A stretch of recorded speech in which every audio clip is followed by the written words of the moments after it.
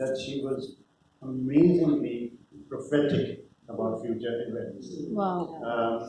For instance, Chandni Begum, if I digress from this book, published in '89, so obviously written 87, 88, 4 years before the demolition of the Babri Masjid.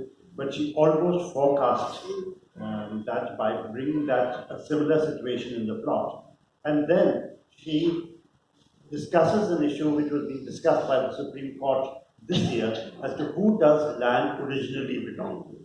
I mean, this mandir, this masjid, both on the compound of a certain barrister, where, I mean, who did this land belong to, who has a claim to it.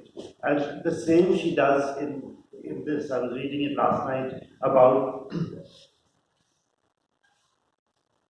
what happens when civilizations crumble momentarily, the loss of blood, the loss of understanding. So she's not just contemporary, I find her amazingly prophetic, which is very rare for an author. Yeah.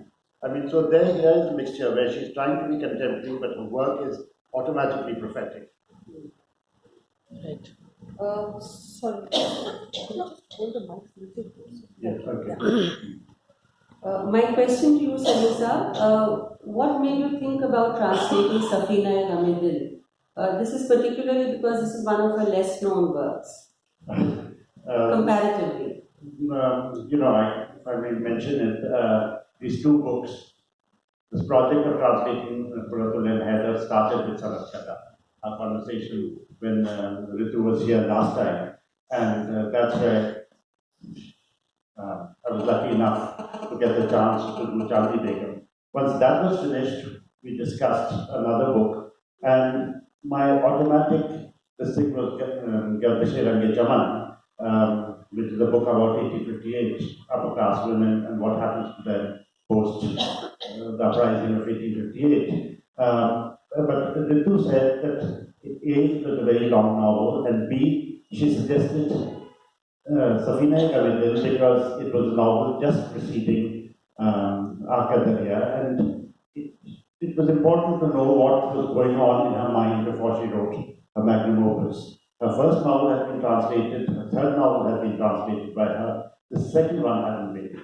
And my original hesitation was because it was so difficult. This novel wasn't an easy novel to translate because it was so experimental that, and it was unlike anything else that I had read in Urdu. It was, I mean, you'd have to read it to see. It was like prose poetry. It was like painting with words.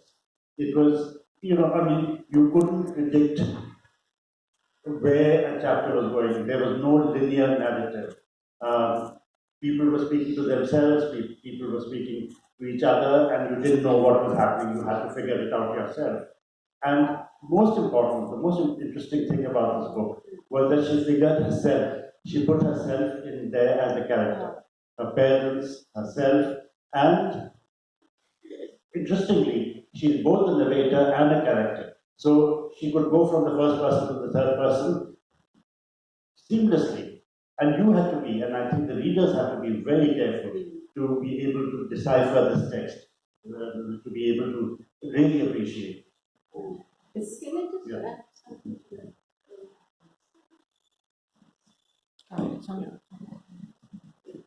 You know, this point about her being prophetic and contemporary at the same time, what is so interesting about Mere Sanam Khane, Safina, and then Aapka Darya is, I think, and maybe you will disagree, but I think what she was doing in, not, Mere Sanam Khane is a fairly simple novel, let's say in Haider terms. Safina and Aapka Darya are very complex novels, but I think what she was doing in Safina was making notes for Aapka Darya because she was preoccupied with time. Time is very important in her literary sensibility as well as in her historical imagination. You cannot have Aaka Darya without Safina, I think. The two things are like the prequel and then the final work. That expanse of centuries in Aaka Darya is prefigured in Safina. She plays with characters in time, with characters in place, with characters in relation to themselves. It's a very prescient work. So we see Haidar's sophistication in this novel. We see it in the making in Mere Bhi Sanam Khane and almost coming of age in Aaka Darya. And in between we have Safina-e-Ghamidin, which is again a very, very sophisticated novel. A very self-conscious novel. And we have a very self-conscious writer writing it. Lucknow is integral to Haidar. The city, the cityscape, its culture, its people, its tangible and intangible heritage, and practically every book centers Lucknow. Our program today is about QURRATULAIN HYDER'S LUCKNOW, and we are here to commemorate the writer and the city, the space within which she wrote. So, Ritu, did you find her interested in the city even while she was in Delhi? She never talked about it directly, in the sense that, what was my association with her? It was mainly, we talked about the publishing and the books, and, she would talk about all sorts of things. She said she would tell me about when she was a singer, why she gave up singing, etc., etc.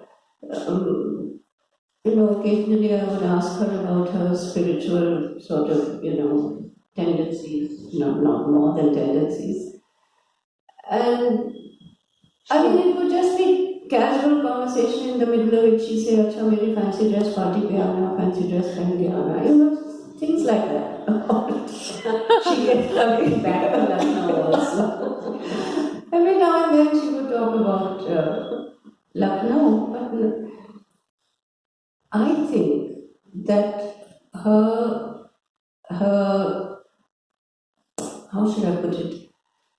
What Lucknow meant to her, more than this Ganga Jamni, which is what we are all very familiar with and we can recognize, I think what it meant for her was a kind of cosmopolitanism as opposed to provincialism, which is why she couldn't stand Pakistan, Karachi. It was the provincialism of that moment in the new country that I think she found very difficult. So for her, Lucknow was this cosmopolitan place, this cosmopolitan sensibility, this, how should I put it? She didn't live here too much.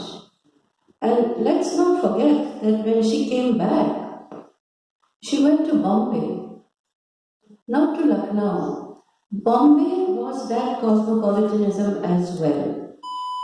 Now, I should have asked, and it never struck me to ask, and it's of course too late now, why did she think that Lucknow would lose its cosmopolitanism post-independence?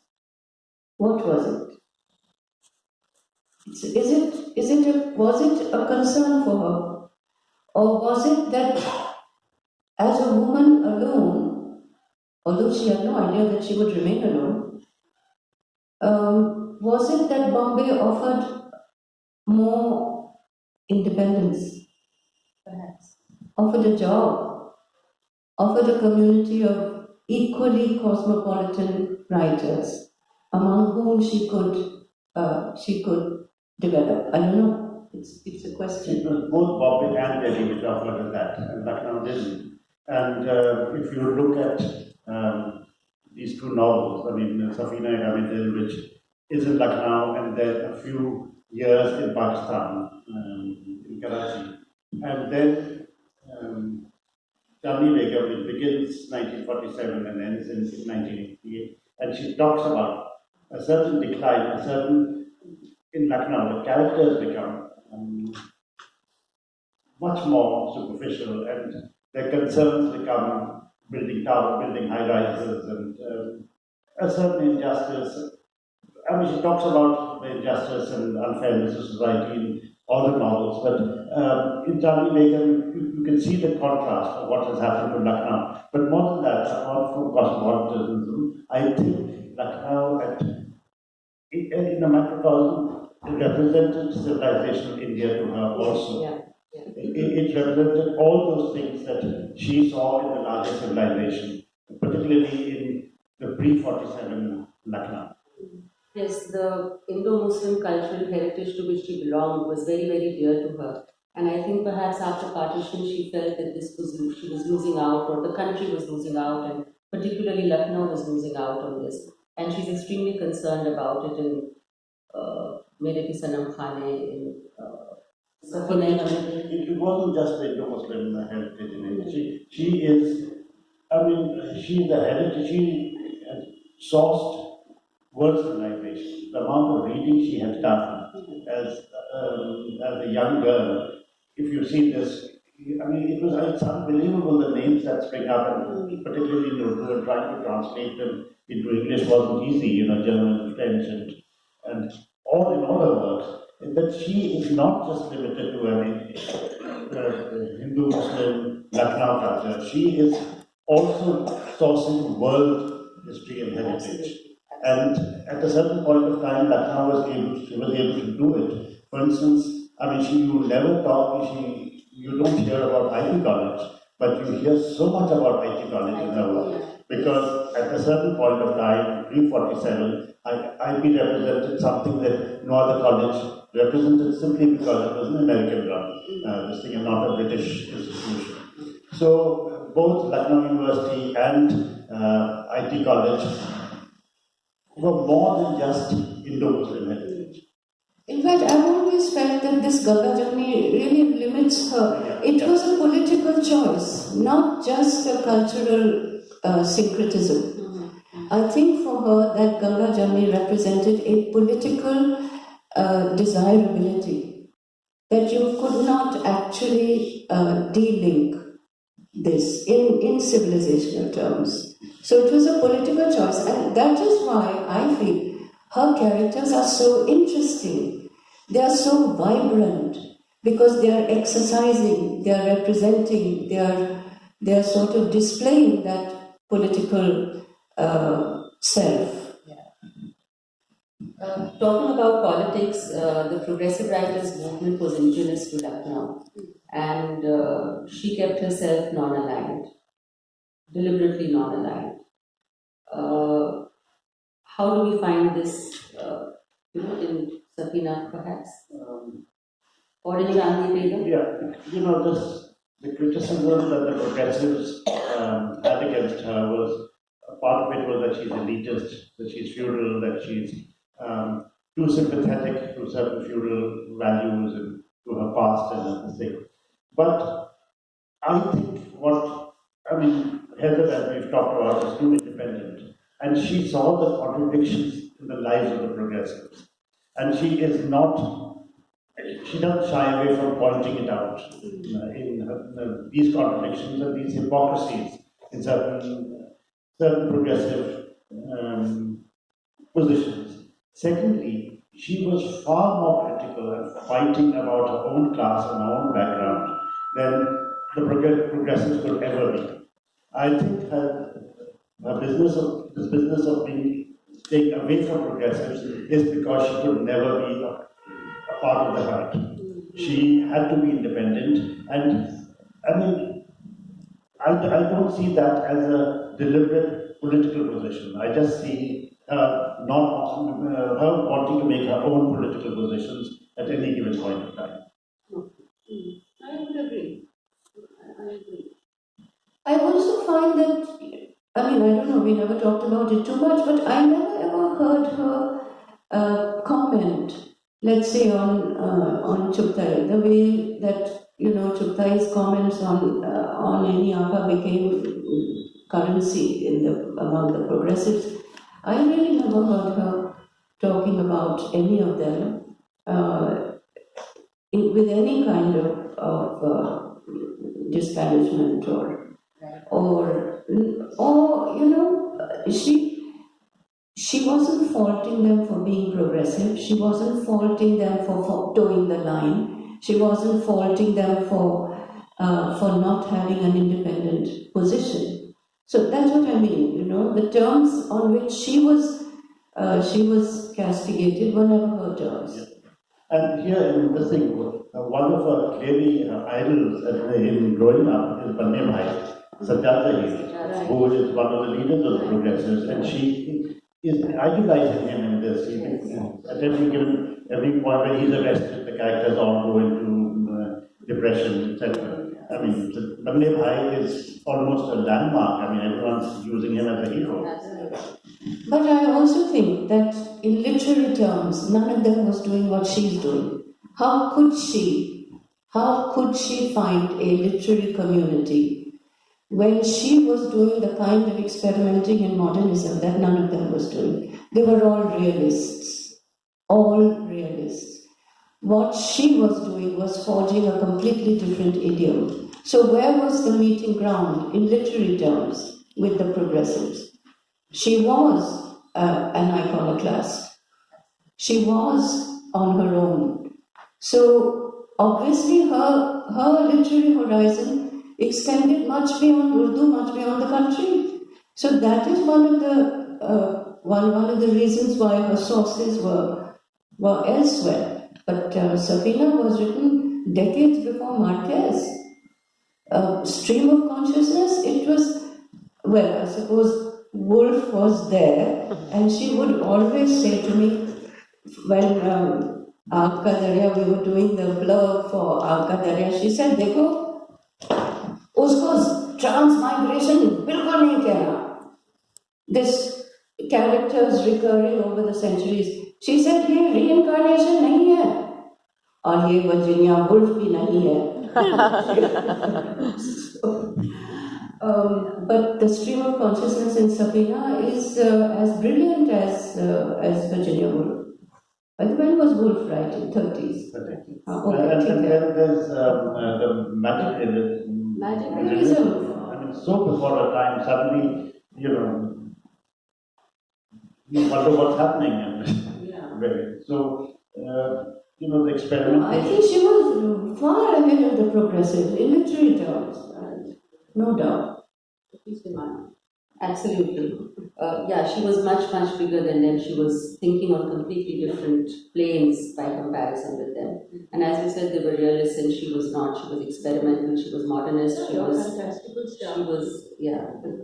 fact, yes, she was also dealing with the fantastic and several other things. One question comes to mind. She was never a self-avowed feminist. And yet all her women are, in fact, very independent, very progressive, very modern. How would you respond to that? Chuptai never called herself a feminist. All her women characters are very feminist. Nayanthara Sehgal never called herself a feminist. All her women are.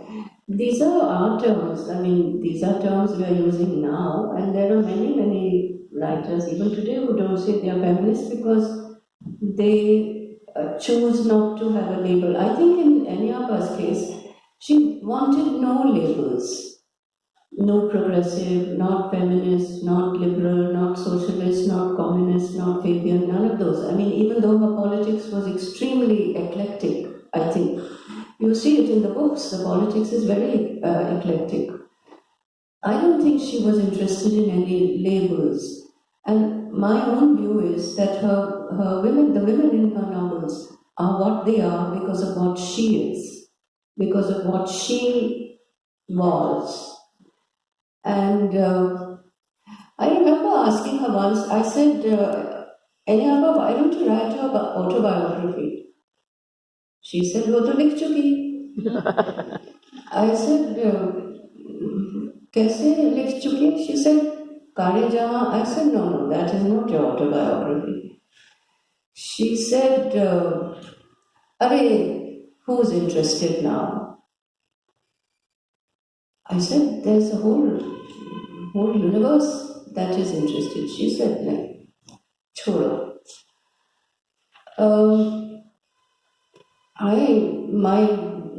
sort of, I don't know, my heart's desire is that someone actually writes a biography of Annie Arbour, because she is rare as a person and as a woman.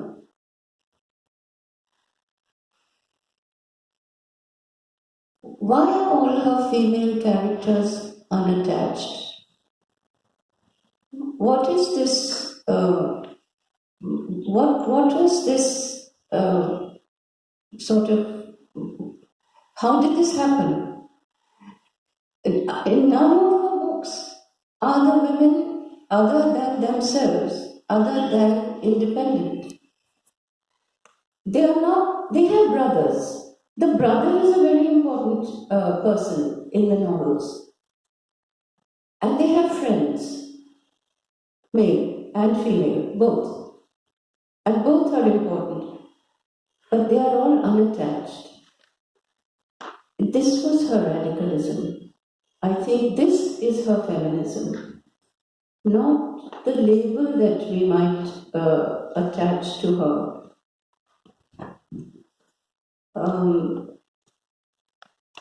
Anyway. You just said that the women being female characters reflect her in certain ways, and the ones who don't, she can be very cruel to them. And in some ways, I mean, you just can't help laughing at them. For instance, in Safina, there's this lady called Leila, and someone turns up at a club and says, so this other woman says, "Have you come to meet Leila?" And he says, "Why should I want to meet her?" This girl said, "Because she's got such a great collection of saris." or after partition, she's describing what partition has done to all the characters. And Leila says, "There's no big difference. We got into a plane in Kanpur, came to Lahore, and all the gymkhanas are like." I mean, just in one sentence, she can demolish certain characters, and she is so good. Her wit can be so wicked. I think that's why people were so afraid of crossing her. She could be really, really scathing. But I never found that. Heather also remarks that history is my base, I cannot write anything in mid-air. We find history and politics in all her books. There is always some particular political milestone or event around which her texts are centered. Partition, 1857 and before that. And 1971, we forget Aakhir Shab. It's a very profound work, and it continues. Yes. The motif. In fact, the trajectory continues. It's My Temples too. Yes. My Temples too, Aakhir Safina, and then Aakhir Shab. Which is what fits in with what you said about time. Yeah, she's The whole idea of time, and then it comes down to the diaspora, the Bangladeshi diaspora, actually. Saleem sir, would you like to read from the book? We have time now.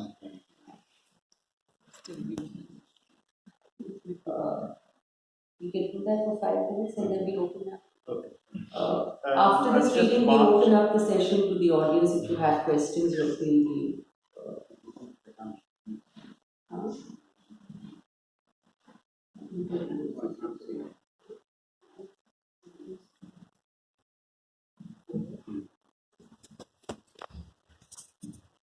So, at the request of the translator, he walked down into the garden.